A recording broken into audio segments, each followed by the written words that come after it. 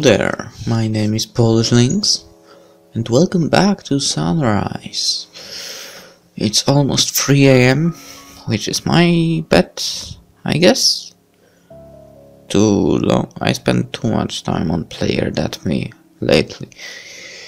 But let's get going with the story. I bob my head along as he slowly spells out the letters in question. D-E-A-R-S-H. I hear the sound of people approaching and panic. Hey, what's wrong? Who's there? What should I do? If it's Abel, both of us are going to be in big trouble, and I don't want James facing Abel's wrath because of me. What should I do? Should I destroy the letter? Leave it. Yes, do it quick. Yes, do it quick. James peers at me looking for guidance, and I the only thing I can think of in the moment. I point to a mixture of random letters to scramble the intended message. A-N-D-L. This doesn't make any sense. Oh, Prince Abel is coming. I cringe as a startled, shy and blank-faced Abel entered the room. Mr. Abel, brother Shy, hi! Hello, kids. Prince, I noticed that they are both a little out of breath. Were they still fighting when they noticed I was gone? Or did they intend to go somewhere more private to continue their fight? I doubt either of them would take a swing out in the open. Maybe destroying the letter wasn't a good idea. Maybe Shy would be capable of reading it. Shy's gaze stays locked on me as I try to look away. Abel, on the other hand, makes a point of looking at everything but me. What do we have here? Abel's voice is scared, even a little tense. I'm surprised Athena didn't fly away.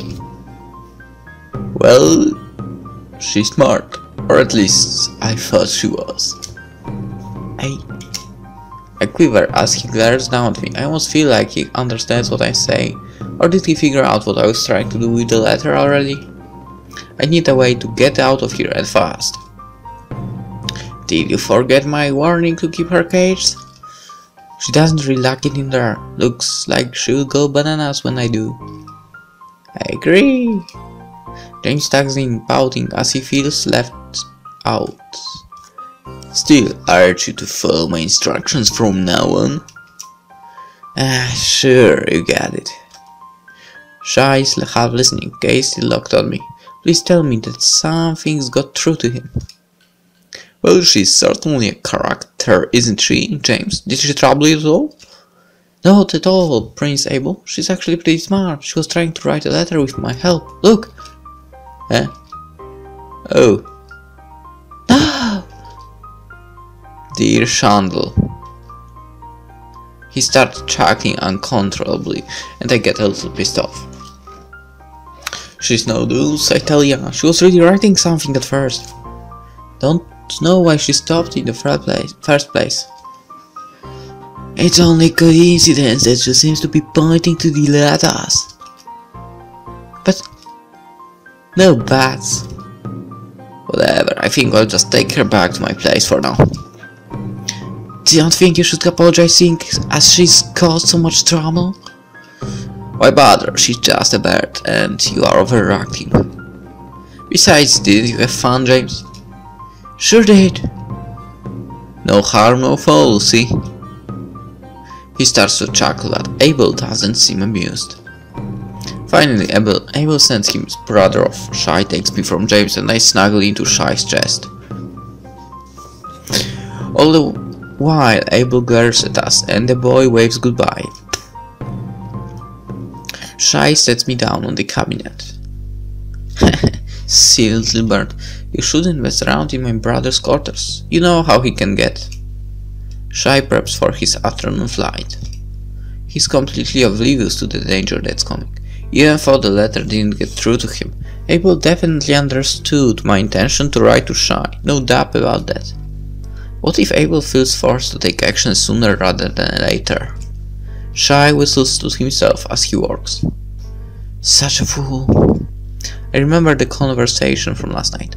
The witch said that Shy was protected. Does that just mean that Abel can't use magic to kill him? Or something more? The pressure to save him and myself is almost too much. I feel despair, incoming feelings of how useless this all is. It drags me down. I feel old. I can't just sit back and watch him die, but I'm all out of options. If he hasn't gotten the gist of my warnings now, he will never get it, till it's too late. Using the last bit of my strength, I flap around, causing a commotion to get his attention. Listen to me, Shy, you're in danger! Please! Calista warned me that I can't reveal myself to you, but I don't know what else to do. He laughs, not understanding, as he strokes the feathers on my head. Whoa there, calm down. I'll feed you and take you on a walk when I get back, little wing. First, I gotta take the big boy out for a stroll. I'm not a damn dog, I'm your fiancé, you idiot.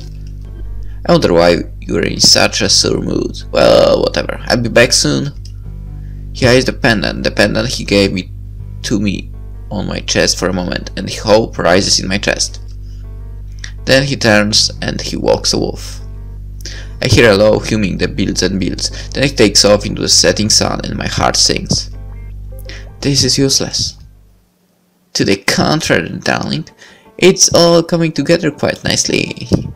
What do you want from me, Abel? Easy now, you'll hurt yourself. I don't need much other than your attention, sweetheart. I'm listening. Understood. I'll only be a moment. His patience and the fact that he's asking me to listen surprises me. It also confirms my growing suspicion that he can understand what I'm saying, despite the curse.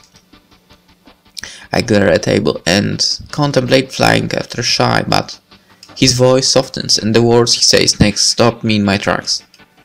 What's the point of fighting this, huh, us, when you know how this will end? He takes a dagger from a sheath hidden in his coat. When did he get that? Who is it intended for? What do you say? Why don't you just join me and fight? Forget him, Sophie. I never meant to hurt you. I just knew you would get in the way. Do you think he's ever considered you in the end? All I've done to protect you. Your poor half. The crown. I can find a way around it. Do you think he'll ever give up his daydreams when they will make you an accomplice in high treason? Dismounting the established hierarchy in treasonous in nature, just talking about it could be considered as such. Shy can't protect you from that claim, not when he's the one advocating for it. His ideas are prosecutable by death. Shy fancies himself a martyr for a great cause, but what about you? What say you? Can you really die for him? Yeah, should come easily to my lips, but the words can't seem to find a way. How can I be such a coward in Shy's time of need? Why don't you just fly away? Exactly, I hear your silence and it speaks volumes to me. You may not be able to die for him, but know this. If nothing else, darling, I'm willing to kill you for you. Abel, why don't you just join me? I can learn to love you again, and you can learn about a real man. A real man won't let you die over something so silly as an idea. I can't. You can. You know you want this. You know you want me. Together we can accomplish anything. Nothing will stand in our way. Stop it. Stop trying to manipulate me. I'm not saying anything you are not thinking about in that pretty little head of yours, Sofia. The crash startles me. No, that wasn't Shy's blame, was it? Abel tugs at his chest with his free hand as if he felt it, grimacing, cursing in disgust as he raises the dagger again. Damn it! It seems like he's still alive. I guess the fool is protected. Squeezing the dagger, Abel starts to follow after Shy. I don't hesitate. I see Shy climbing out of the wreckage of his plane. His movements are sluggish and pained. I think Shy is in shock from the crash. Move, Shy! You're in danger! You know what, little brother? I never really liked playing with guns or sharing what is rightfully mine with you. Shy is numb. I don't think you can even hear the threat in Abel's voice. No, no, no. Abel. I never liked sharing much at all, see? Not my throne, and especially not my girl. No. Stop it! Sofia flies at Abel. Sofia. Shy. No, no, no! I crumple to the ground. I can hear the dull toot of Abel's knife falling to the floor. I am cautious of fleeing feet on shifting sand, and then I swim through oblivion. Act 3. Am I dead?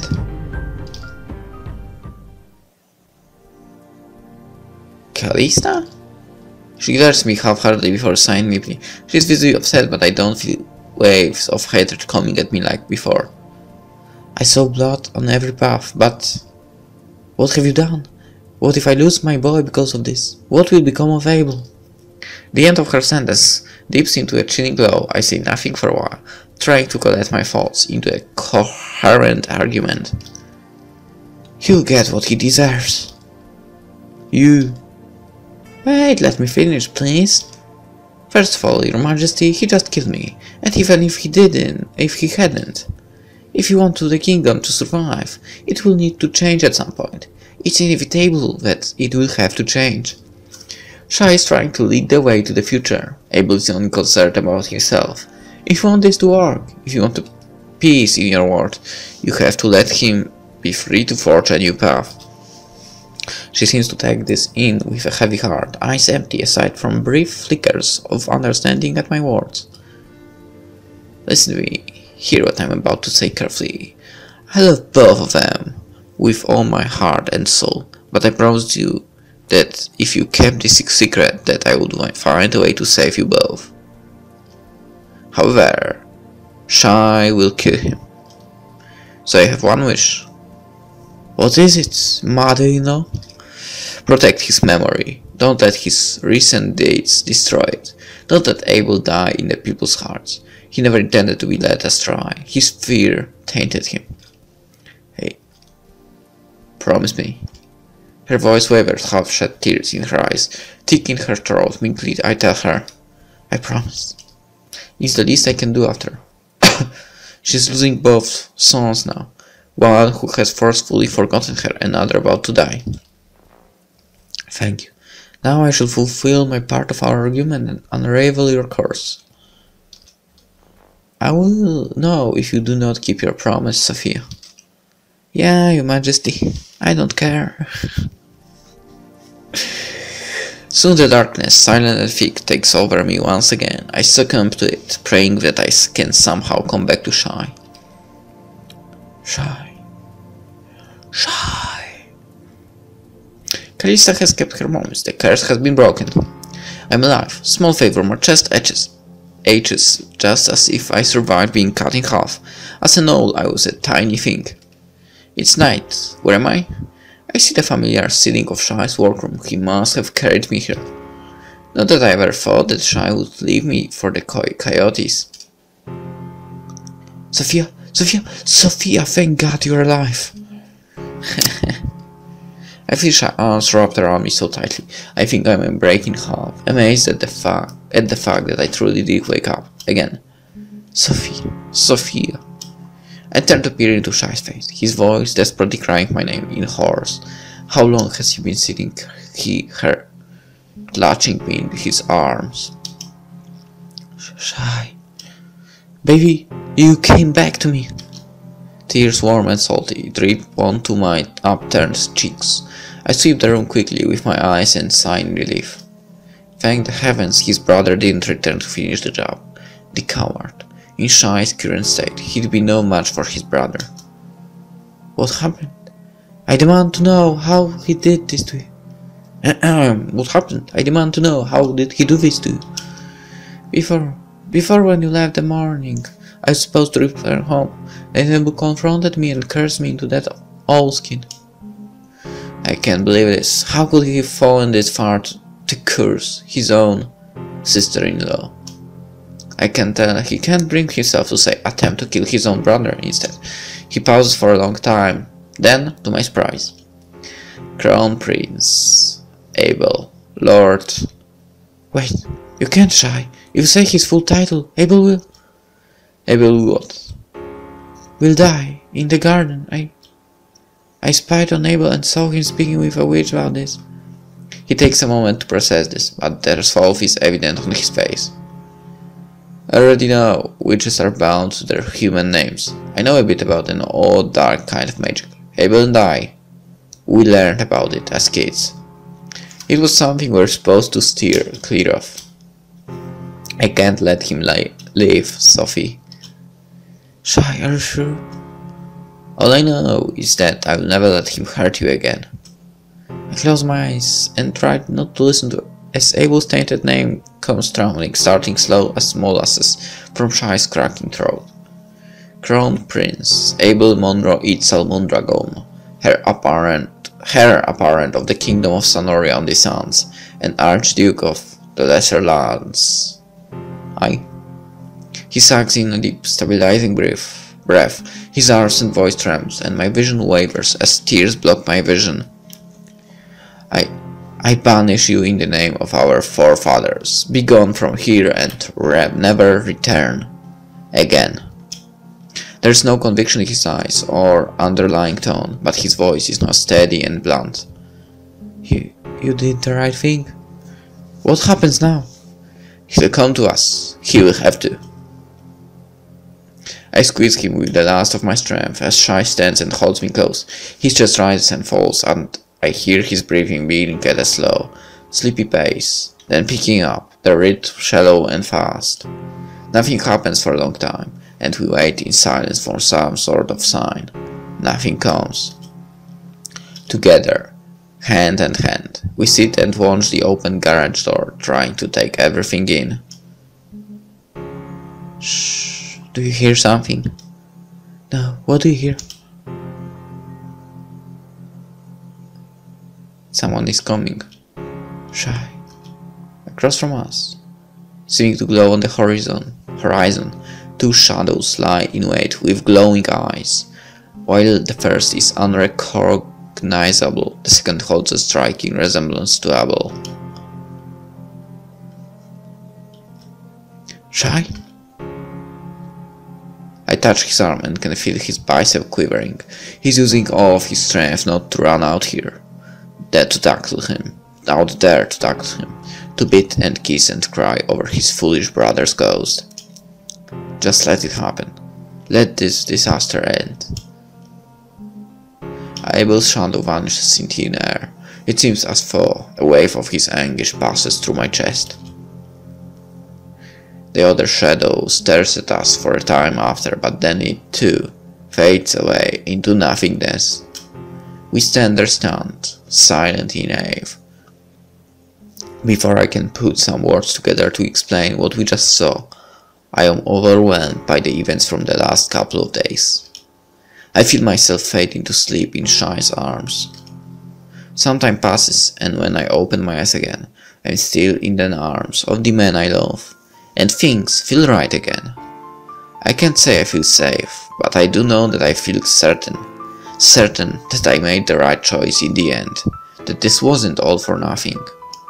Shy's body presses up, close against my back, and I lean to the embers, humming in relief. I stand, briefly turning my face to the sun. The light still bothers me, but after the overwhelmingly sharp senses of the all, it seems a little more bearable. As if reading my thoughts, Shy asks, "Is life bothering you at all? Do you feel faint?" No, not at all. Are you sure? Before all this happened, I was getting better. Then my senses were so acute when I was an owl. Now everything feels muted and dull in comparison. For the moment, it's not so bad. Shy. I just want you to know. Wherever you go, I'll go. Whatever you want to do, I'll follow and help you lead. Just don't keep me in the dark ever again. Let's try to be honest with each other, I'm sorry, I kept it bottled up like that. All those feelings, all those visions for the future. I should have shared them with you sooner. Some of this could have been avoided. I should have known at least that. He pressed his chin into my shoulder, breathing me in. I ignored the shaking in his voice, knowing his mind is still on Abel's betrayal. Together we look off into the horizon, unsure of what will come next, but we'll have each other, we'll have our dreams, and resolve to see them through to the end. All fairy tales are supposed to have a happy ending. This is not that kind of story. A golden power take over the empty nest. Queen Sofia and King Shy usher in a new era of prosperity for all. The iron rule of their forefathers does not last for long. The kingdom is reborn like the phoenix, a piece of paradise, and ours is forged into the blood and beauty of the kingdom of Sanoria on the suns. Sunrise. Hello and thank you for us. We would love to hear your feedback in order to improve our future plan. It will happen, don't worry.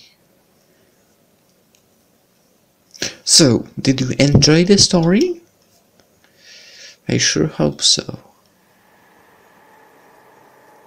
I wonder what are the other endings. If you are also curious about it, check the game by yourself. As always, link in the description. In this situation, link to the Sura page, and Sunrise is for free there. Alright, quite an enjoyable story. I also hope you enjoyed it, and see you in the next game. Bye.